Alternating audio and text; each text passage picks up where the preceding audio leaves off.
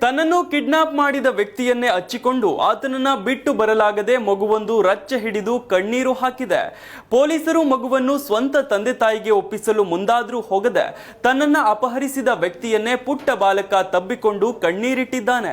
ಇಂಥದ್ದೊಂದು ವಿಚಿತ್ರ ಪ್ರಕರಣ ರಾಜಸ್ಥಾನದ ಜೈಪುರದಲ್ಲಿ ನಡೆದಿದೆ. ಅಂದಹಾಗೆ ತನುಜ್ ಎಂಬ ವ್ಯಕ್ತಿ 14 ತಿಂಗಳ ಹಿಂದೆ 11 ತಿಂಗಳ ಮಗುವನ್ನ ಅಪಹರಿಸಿದ್ದ.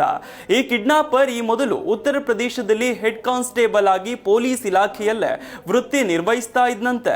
ಕಾರಣಾಂತರಗಳಿಂದ ಆತನನ್ನ ಅಮಾನತು ಮಾಡಲಾಗಿತ್ತು. ಬಳಿಕ ಬಾಲಕನ ಅಪಹರಿಸಿದ್ದ ಈತ ಕಳೆದೊಂದು ವರ್ಷಗಳಿಂದ ಪೊಲೀಸರಿಗೆ ಸಿಕ್ಕದೆ ತಲೆಮರೆಸಿಕೊಂಡಿದ್ದ.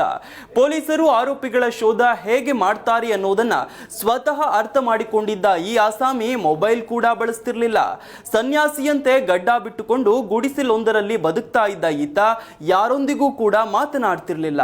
ಒಂದೇ ಸ್ಥಳದಲ್ಲಿ ಹೆಚ್ಚಿನ ದಿನಗಳೂ ಇರ್ತಿರ್ಲಿಲ್ಲ. ಆದ್ರೆ ಆಶ್ಚರ್ಯ ಏನಂದ್ರೆ ಈತ ತಾನು ಅಪಹರಿಸಿದ ಮಗುವನ್ನ ಚೆನ್ನಾಗಿ ನೋಡಿಕೊಳ್ತಿದ್ದ.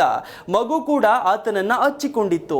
ಕಿಡ್ನಾಪ್ ನಡೆದ ಬರೋಬ್ಬರಿ 14 ತಿಂಗಳ ನಂತರ ಪ್ರಕರಣ ಭೇದಿಸಿದ ಪೊಲೀಸರು ಆರೋಪಿಯನ್ನ ಸೆರೆ ಹಿಡಿದಿದ್ದಾರೆ. ಆದ್ರೆ ಈ ವೇಳೆ ಪೊಲೀಸ್ ಠಾಣೆಯಲ್ಲಿ ಸಿನಿಮಾವನ್ನು ಮೀರಿಸುವ ಘಟನೆ ಜರುಗಿದೆ. ಬಾಲಕ ತನ್ನನ್ನ ಅಪಹರಿಸಿದವನನ್ನ ಬಿಟ್ಟು ಹೋಗಲಾಗದೆ ಗಟ್ಟಿಯಾಗಿ ತಬ್ಬಿ ಹಿಡಿದು ಕಣ್ಣೀರಿಟ್ಟಿದೆ. ಇದರಿಂದ ಕಿಡ್ನಾಪರ್ ಕೂಡ ಕಂಬನಿ ಮಿಡಿದಿದ್ದಾನೆ. ಬಳಿಕ ಪೊಲೀಸ್ ಅಧಿಕಾರಿಯೊಬ್ಬರು ಬಾಲಕನನ್ನ ಬಲವಂತವಾಗಿ ತಾಯಿಗೊಪ್ಪಿಸಿದ್ದಾರೆ. ಆಗಲೂ ಕೂಡ ಮಗು ಅಳುತ್ತಲೇ ಇದ್ದು ಸದ್ಯ ಈ ಮನಕಲಕುವ ದೃಶ್ಯಾವಳಿ ವೈರಲ್ ಆಗ್ತಿದೆ.